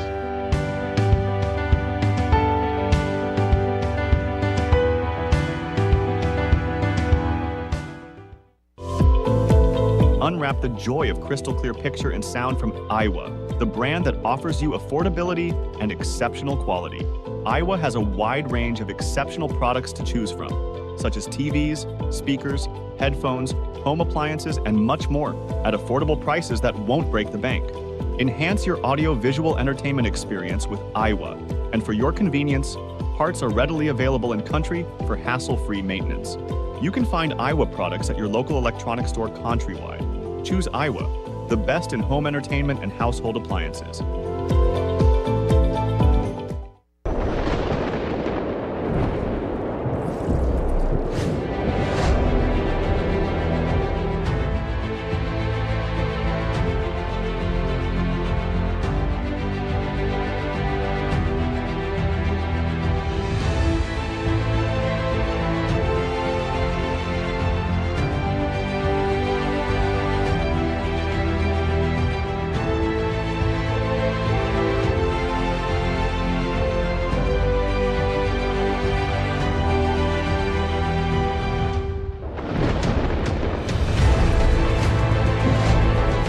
Miss the opening ceremony of the 17th edition of the Belize International Film Festival, live from UB's Jaguar Auditorium in Belmopan on Wednesday, November 6th at 7:30 p.m. Only on Channel 5, Facebook, and YouTube.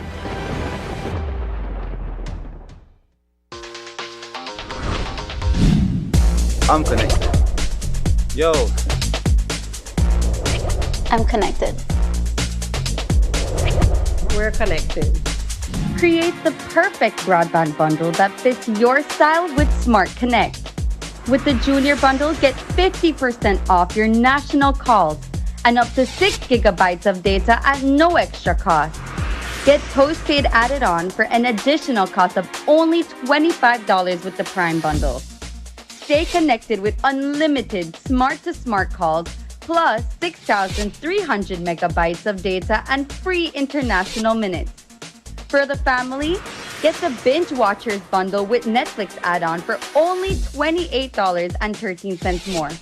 This bundle gives you 4 profiles with unlimited streaming on multiple devices. Visit a showroom near you to sign up and personalize your own bundle combination with Smart Connect. Smart, bringing people together.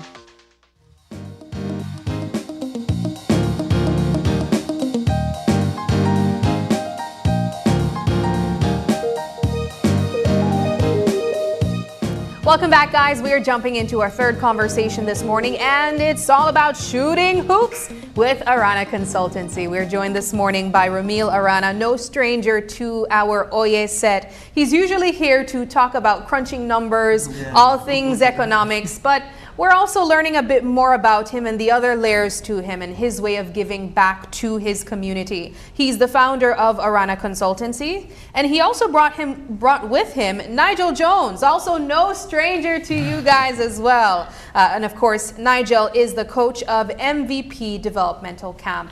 Gentlemen, thank you so much for joining us. Good morning. And welcome. Morning. Well, Nigel and Ramil, I have to say thank you guys so much for joining us. We are going to be talking about an upcoming basketball competition where we see Pee Wee kids come together and take part in positive and engaging activities. Let's talk about this initiative. Well, it's my initiative. Like you said, I've always been with numbers, but basketball is one of my passions as well, especially for young kids.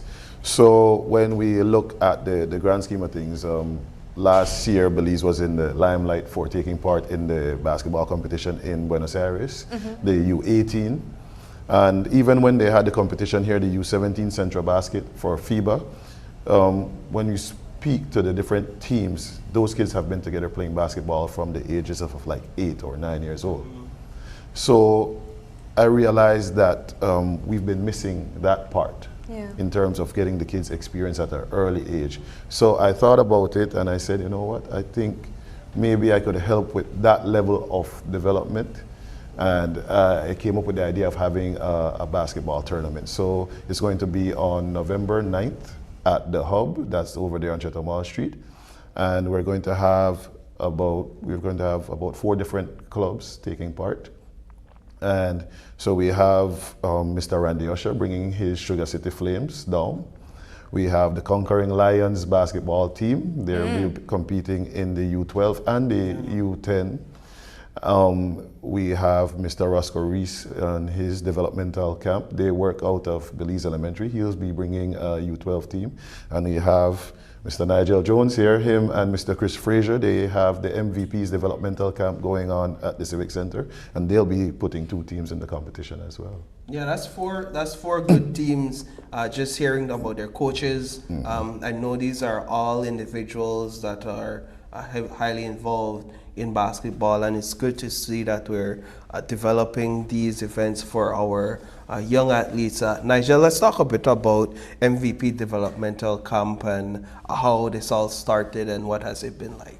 Well, bro, first off, this has been, for me, my passion is basketball. So, it just makes it better when I get to enjoy my time watching the kids do something that I love, something as well as they love too. So, but for me, it was just, I guess you could say when I go home a lot, that's what I do in my off time when I'm not playing. I'm training kids and things like that. So I figured, why not bring it to Belize where I feel like I have a bigger voice. I feel like this is a better situation for me to try to put it out there.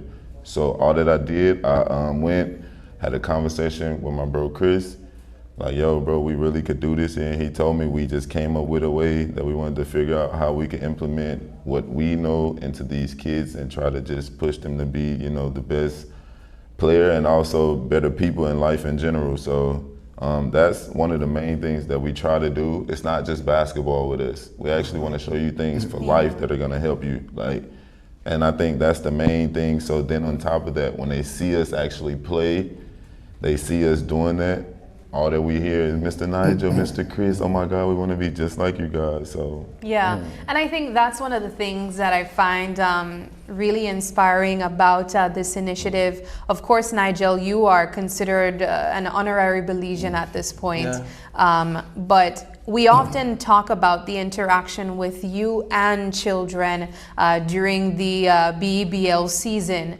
where of course you guys do school visits and the kids are they're so amazed by you guys as athletes, and they aspire to be in the positions that you guys hold. So to now see that you are during the off season giving back and interacting with these kids even more, what are their interactions? What are the things that they're saying?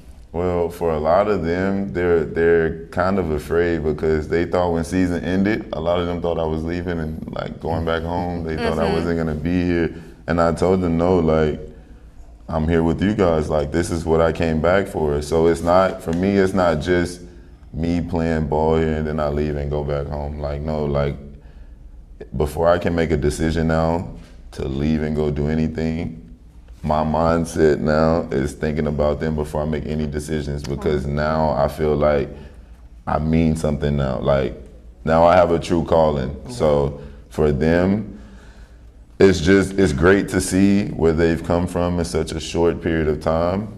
But I think that, you know, the longer that we keep this thing going and the more, you know, we try to put into them kids, the better it's gonna be for us. So what sort of competition have they been able to participate in, and how does a competition, a tournament like the one coming up this weekend, what does that do for them? So the only thing that I know last season during Ahmadiyya, I had 2 teams in the Ahmadiyya League. Okay. And then also I didn't really have a chance to move them around, take them to a lot of tournaments because I was also in season 2. But I do have a lot of kids that taking trips to Cancun, playing in tournaments, other places in Mexico, they go playing different tournaments, some weekends, so just things like that. But I think this particularly is going to help a lot because it's at home. You know. And that was one of the reasons that I decided to start this competition, because we have our local teams like the Conquering Lions, run by Mr. Brackett out of Crooked Tree. They've been to Chetamal in last month, and we have the ABS Hard Rock teams that went to participate in some competitions in Chetamal as well. But we always have to go outside. Yeah. So I'm saying, like, we could start our own thing here. The goal of it all for me is to just have those foundational skills developed and give these kids the opportunity to partake in competitions. Because the teams that I mentioned a bit earlier, everybody's doing their basketball camp somewhere. But there's no competition here. I'd like to recognize the Santa Elena and San Ignacio, the basketball federation out there in those districts.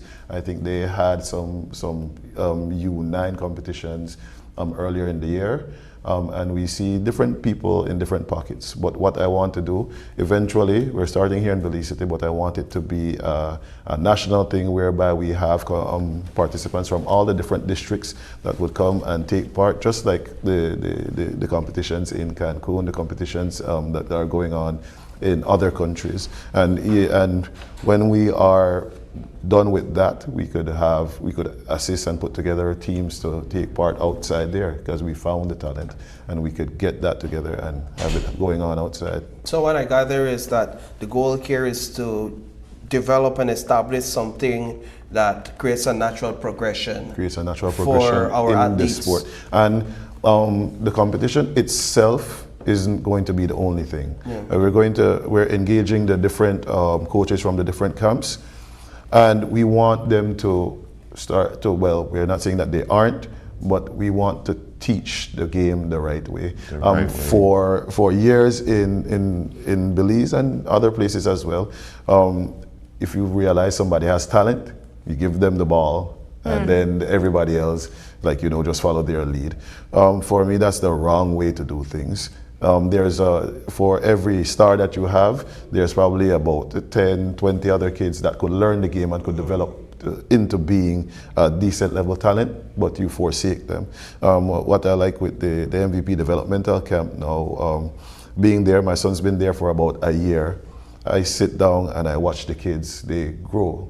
Because somebody's actually taking time to teach them how to dribble a ball, how to pass a ball, how to make a basketball move, how to move without the basketball. And these are things that the coaches that are taking part in the competition, they're doing.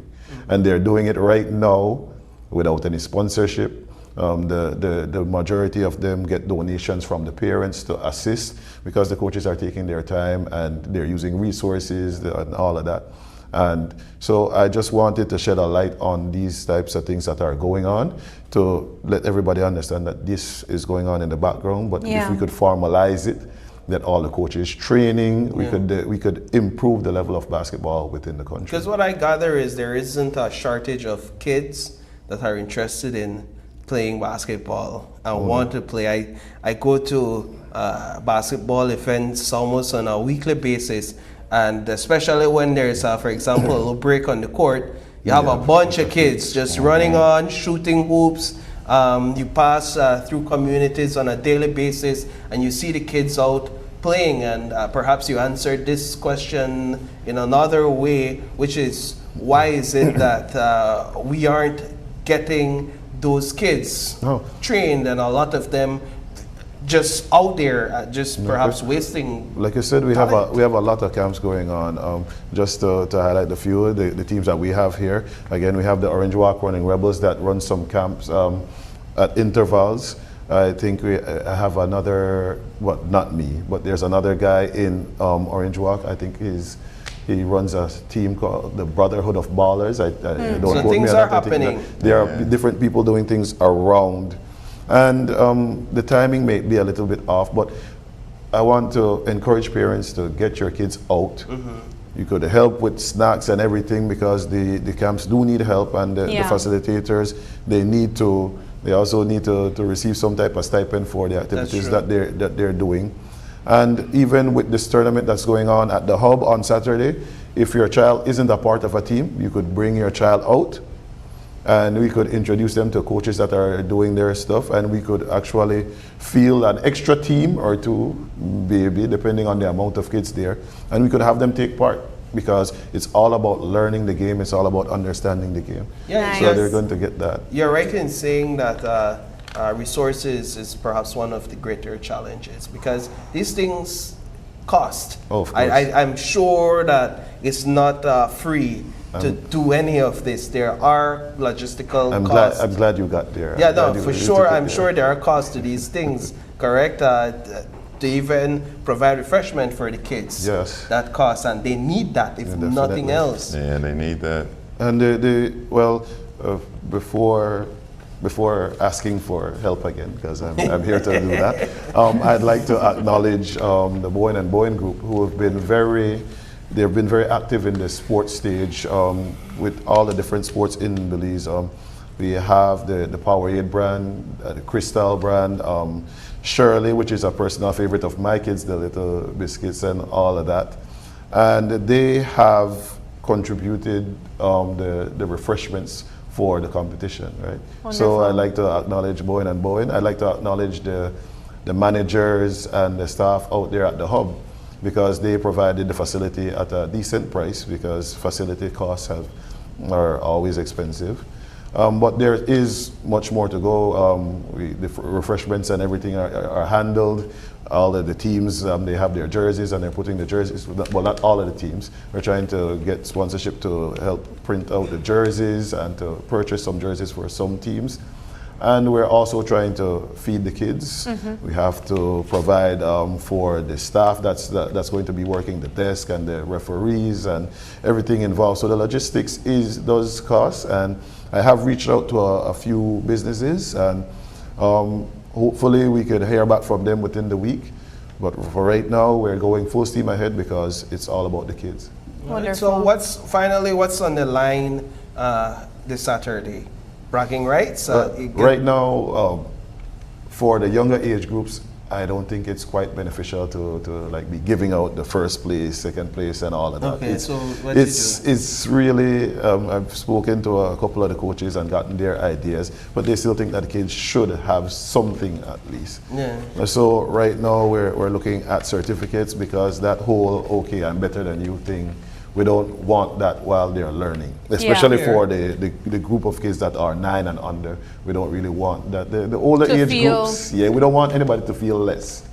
You want them to take part. A matter of fact, in different parts of the world, or when they're running these competitions, they don't even keep the scores for the games in that U9 age range. Oh. Because like you don't want to say, oh, You don't want them to feel like failures. Yes. Bullying, that's a perfect area to have some bullying taking place, so we don't want that. So right now, it's experience. I think the older age group, the U12s, I'm probably going to provide a couple medals for the winning teams and the second place. But the younger age group, we want them to learn, we want them to develop. There's been situations where the kids are playing and they lose and they're crying because, again, they're young kids. I would cry even in my adult years. But we don't. So at the younger age group, we just want them to develop, and the rules of the competition are in place for that. We want everybody to have equal playing time. Yeah. So that is something that we're trying to enforce. If we see one player playing too much, that player has to get subbed out of the game. Even because we know we like that star mentality, but we want everybody to get enough playing time.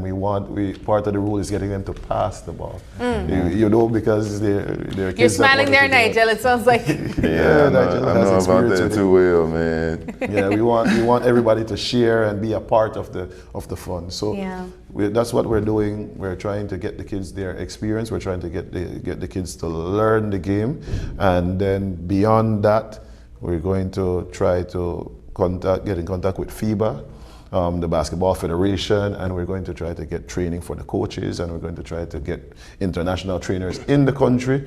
At the end of the day, I wish I had more female representation in the competition. Currently, we only have two young ladies that will be taking part in the U9 category, in the U10 category, I'm sorry. But what would be great for me and what would be one of my crowning experiences is if we could field a couple all-female teams and have them compete against each other in the competition. Well, just for persons who might be interested in supporting the initiatives that are currently taking place, I saw your contact online, but you can reiterate that as well. Yes, my contact, it's romil@aranaconsultancies.com. It's on the media for the competition, or you could contact me at 615-8623. All right. Come out, bring your kids, come support the kids that are playing, and let's have a good time on Saturday. Wonderful. Thank you guys so much for joining us, and we wish you guys all the best. Thank you. All right, we're going to take our final break, and when we come back, the conversation switches into Flavors of the Jewel, a Cancer Society fashion show fundraiser.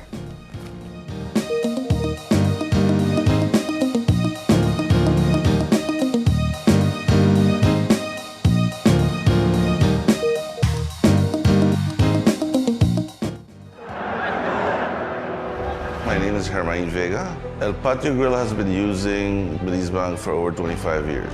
We only use Belize Bank at our restaurant. That's why we were able to win this trip to Europe. I had never been to Europe. We found out it was Madrid, and we were excited, and we went to this football match. The teams reached before the game, and everybody was just outside, you know. You can't explain it. The noise just roared like 3 blocks down the street, but when you got in there and you saw 70,000 people in there, that was amazing. I couldn't believe it was happening. I had to pinch myself to make sure it was real, you know, because it's a one-in-a-lifetime experience, I'd say. My lucky plus one was my son. He's 18 years old, so he was really excited and he enjoyed it as well. He said it's his best trip ever, so it's a priceless experience that we got. Belize Bank has always been there for me. Whatever transactions or whatever I need to do, they're always there for me. I would recommend everybody to use Belize Bank. It's the oldest bank in our country, and they continue to do their best.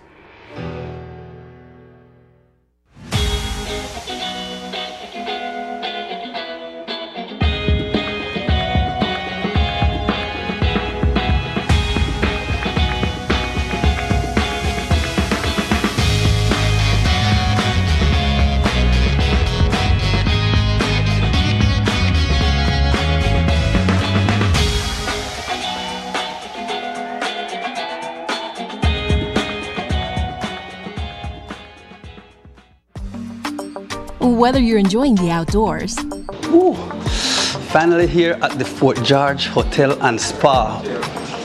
This is nice. or stuck in the office, How can I help you today? when it comes to finding the perfect frames and lens for your eyes, what you do makes all the difference. Elevate your eye vision. Choose eyewear that reflects your lifestyle. Quartz Optical. Value you can see.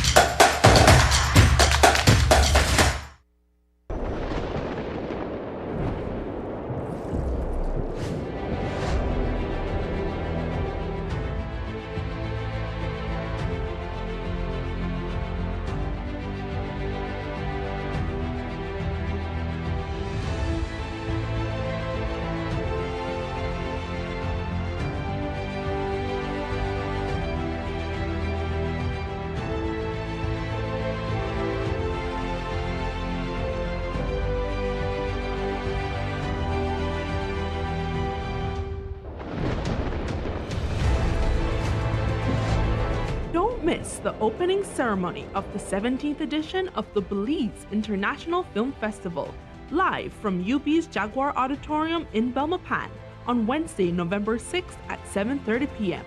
Only on Channel 5, Facebook, and YouTube.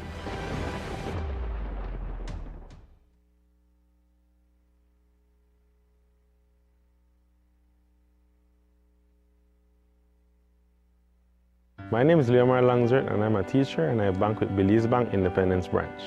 What I enjoy is the safety features that the app offers. I have a sense of not having to worry or be concerned about somebody finding my password and username to sign in the application because of the use of the one-time password.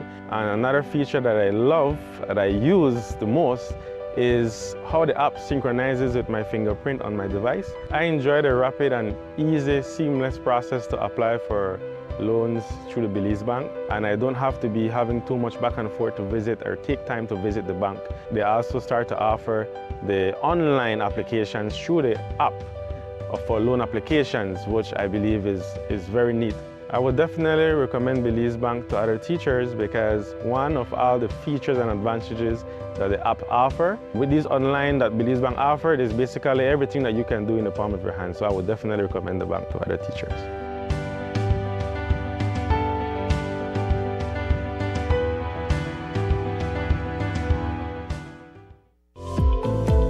Unwrap the joy of crystal clear picture and sound from Iowa, the brand that offers you affordability and exceptional quality.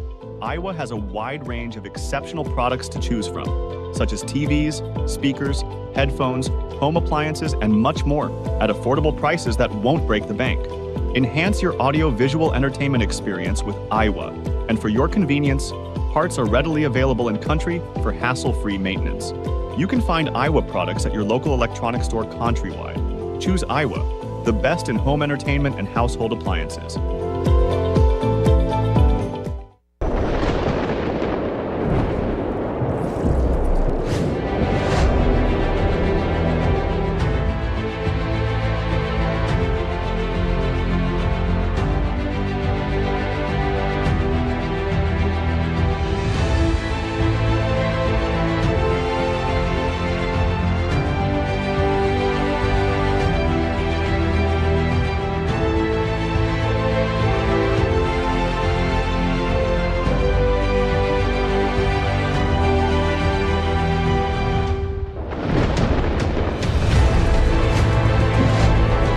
Miss the opening ceremony of the 17th edition of the Belize International Film Festival, live from UB's Jaguar Auditorium in Belmopan on Wednesday, November 6th at 7:30 p.m. Only on Channel 5, Facebook, and YouTube.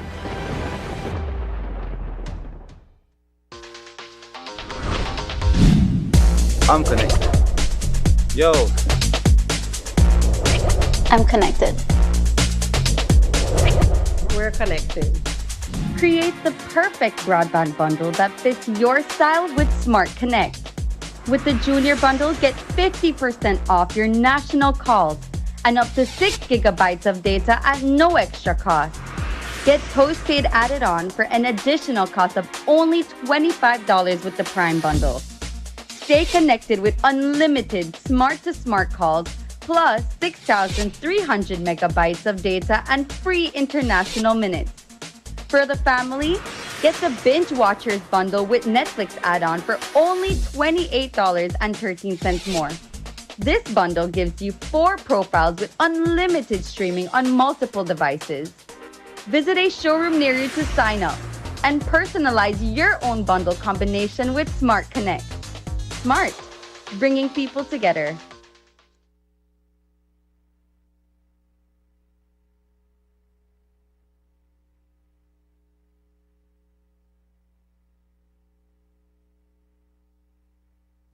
Welcome back. We are having our final discussion this morning, and as we mentioned, it's all about the Cancer Society's fashion-forward fundraiser called Flavors of the Jewel. Now, I have been looking forward to this discussion. I've been following the social media page, seeing the daily updates on some of the models and designers that will be displaying their art. So this morning we are joined by the president of the Belize Cancer Society, Kim Simplice Barrow, and joining her is Asia Gorel, the owner of Zest Handcraft. If you follow the news and you followed the news on Friday, you would have seen that she was featured on Friday as well. And also joining us is Julia McCord, the owner of Julie Mango Designs. Ladies, thank you so much for joining us and welcome. Thank you. Good morning, everyone. So, Flavors of the Jewel. Yes. I know that it was such a success last year, and we're only looking forward to it grow and be bigger and better. Let's talk about the overall initiative of putting this fundraiser together for the Cancer Society. Well, as you know, we started this partnership last year, and it was such a great success. The Belize Cancer Society is always trying to find innovative ways of fundraising because it gets a little bit difficult at times.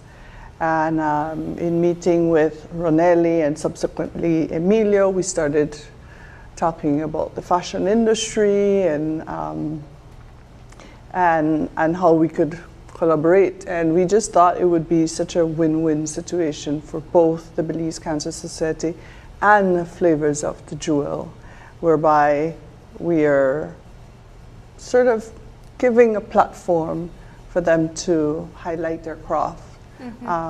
The fashion designers and the artisans and just everyone coming together under one roof to showcase their products, all locally made products. And a part of the proceeds goes to the Cancer Society. Of course, the proceeds are specifically to help cancer patients with their treatment. So we know that this started last year, and that's where the whole concept of looking at these artisans and these designers showcase their pieces on beautiful models, of course, kick off last year. What went into the choosing of the particular designers? Because I imagine there are a lot of people that you can choose from. Yeah. Well, that's a good question. Last year we really opened it up just like this year. We invited everyone that we knew who was in Belize working on their craft, and some decided not to participate for whatever reason. Maybe they're busy or would not have the time to put together a collection. But I have to say that this year we have more than last year. Oh, wow. And we have two persons here that will be featuring their art on stunning models. Of course, as I mentioned, we have Asia, the owner of Zest, as well as Julie Mango with us here. Asia, let's talk about your participation in this year's fashion show. I know you were also featured last year as well. What was your interest in collaborating with the Cancer Society? Well, last year, I mean, they approached me and said, we'd love you to make 5 pieces for the runway. And really, I went into it not knowing what to expect because I do the jewelry and, you know, I do the resin earrings is what I usually, is my specialty, I guess. But last year, when it finally came to pass, it was so fun to collaborate with all the artists under one roof, and just to see what Belizeans are totally capable of. And another big part of what I look forward to is, as an artist that I create for my business, I think about pieces that will sell. For this runway, I don't have to do that. It's all about fashion, it's all about imagination, it's just creating for creating's sake, to create big, bold pieces, and I don't have to worry about, oh, will this sell? No, it's for the creation of a beautiful piece. And so it's so re-energizing to be able to just create something that I've always wanted to do and not have any boundaries or barriers or boxes to kind of keep you thinking, okay, the marketing aspect of it. Yes. So it's really freeing to have that excuse to just create big, bold pieces for our runway, because we don't really have that much. What's big and or bold about the pieces that you're creating here? Well, I don't want to give away too much, but away a little bit. just a little taste. But we are actually partnered, and so a beautiful part of this process is kind of feeding off each other what her designs are going to be like, and the colors, textures, and so I get to kind of feed from her patterns and colors that she's using and try to implement that into the earrings. But yeah, I don't want to give away too much. That's one of the things that I wanted to point out that I think is really unique about this year's Flavors of the Jewel is the partnership and the planning that can take place before the actual show itself. As you mentioned, you have been partnered with Julia McCord, the owner of Julie Mangoes. I was going to say you were partnered with Julie Mangoes, but I have to remember that, you know, we tend to refer to her. We actually think your name is Julie Mangoes. Yes. That's how successful your business is. But we're really excited about what you have in store for us as well. Let's talk about your partnership in this year's fashion show. So, well, this is my second year participating, and what sets it apart from last year was the fact that we kind of did our own we did our own thing. But now since we're partnering, to kind of give a little teaser. A little teaser. Some of this, I would say the style of the fashion kind of reflects the jewelry. So big and bold. Big and bold, yes. Big and bold. That's exciting. So what has, for you, what was the creative process like for you, even with the partnership? What has it been like? Well, along with the other designers, we were able to participate in several workshops, storytelling workshops where we build, you know, where we create a story for our line. Ronelle had given us, we had taken some corsetry classes where, you know, everybody got to improve their skills. So apart from it just being that specific night, we were able to kind of collaborate and work together as a team beforehand. What I'm seeing on the screen as well, and of course what you guys are also seeing, are just some of the models that were shown last year. We have these are last year's.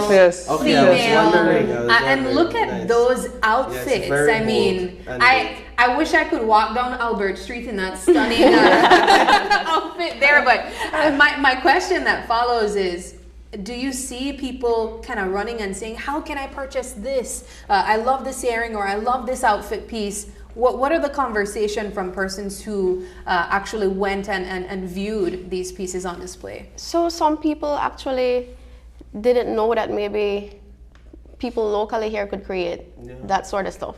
So you get an, a new interest from people who wouldn't necessarily have known or would be interested in purchasing or getting something in the future from you. Yes. How dynamic will the set be, the stage, the runway, or however you want to put it?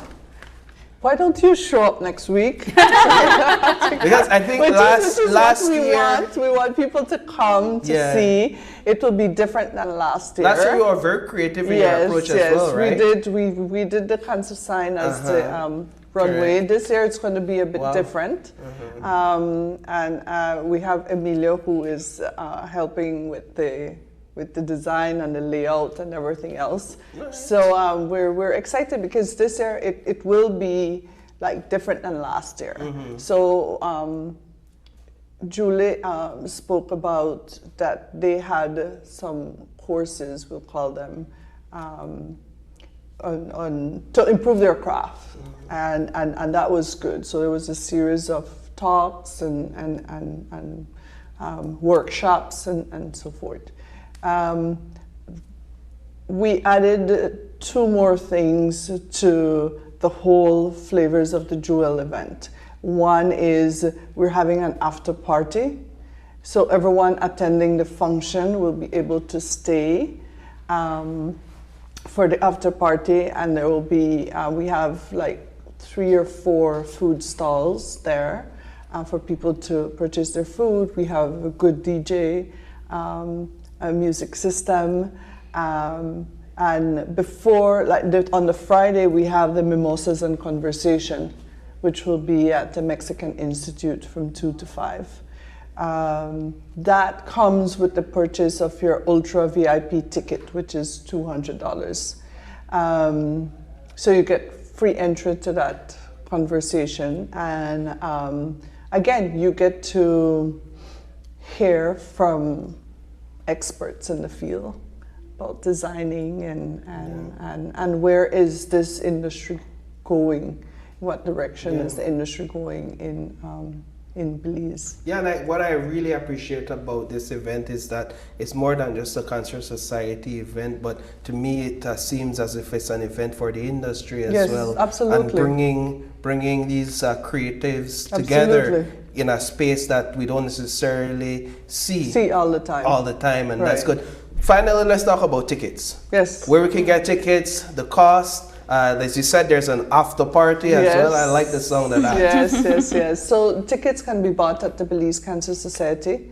The designers also have tickets. Just reach out to any one of us. We will know how to direct you, but the best way to get your tickets is at the Belize Cancer Society. Just call and we will try to get you the tickets or come and pick up your tickets. It's $100 general admission, and then you have the $150 seating, which gives you the $150 and the $200 gives you like the first 2 front rows at the event, and the $200 gives you the entry to the Mimosas and Conversation, which will happen on Friday. But everyone will be able to stay at the after party. Wonderful. Yes. Well, ladies, it's been a pleasure. We wish you guys all the best, and we can't wait to attend Flavors of the Jewel 2024 2.0. Yes, thank you. All right. We are just about finished now with our show, and we want to say thank you guys for tuning in with us. Thank you also to our guests who joined us today. It is November 5th. And if you're celebrating a birthday today, happy birthday to ya. And if you'd like to give a birthday shout out, or if you have any questions, comments, or concerns, you can send us an email at oie@channel5belize.com. And you can catch us on Facebook live every single weekday morning at Open Your Eyes BZ. As well as Instagram for behind the scenes contents at OIE Belize. Thank you so much for joining us, and please do us a favor and join us again tomorrow when you open your eyes and start your morning right. Until then, keep your eyes, your mind, and your hearts open. Have a wonderful Tuesday.